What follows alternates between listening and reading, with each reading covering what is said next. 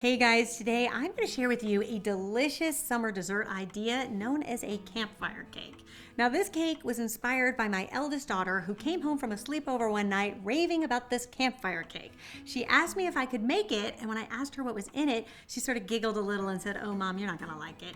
It's canned pie filling and box cake mix, and you mix it all together and then put it in a Dutch oven and roast it over a campfire."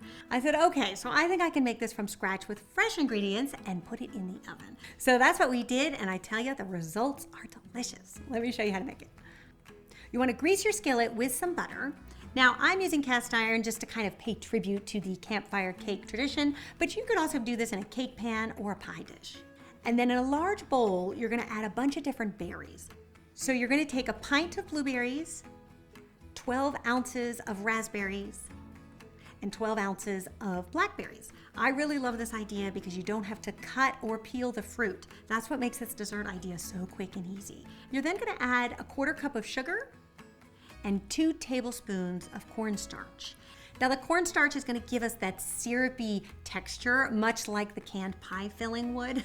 I find that the flour doesn't really give you the same texture, so if you have it, definitely use the cornstarch. Then once that's all combined, you can transfer this into the skillet.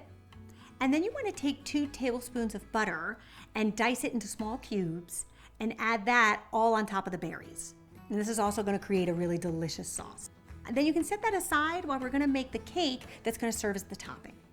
So in a large bowl, you're going to add a half a cup of melted butter, a half a cup of sugar, 2 eggs, a teaspoon and a half of vanilla extract, 1 teaspoon of orange zest, a third of a cup of fresh squeezed orange juice, and a third of a cup of water.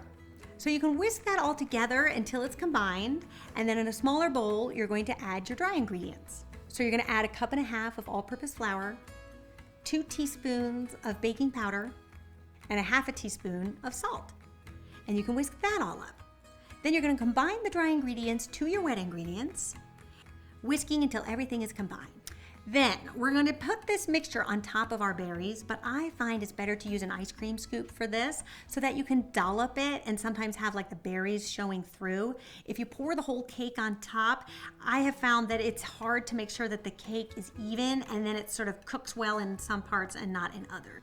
And then we're going to place our skillet in a 350-degree Fahrenheit oven for about 45 minutes. We really want to make sure that those berries underneath are nice and bubbly and that the cake is browned and cooked through.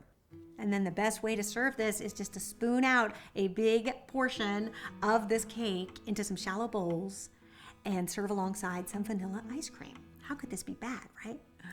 I hope you guys give this one a try and let me know what you think, and I'll see you back here next time for another quick and easy recipe. Until then, bye.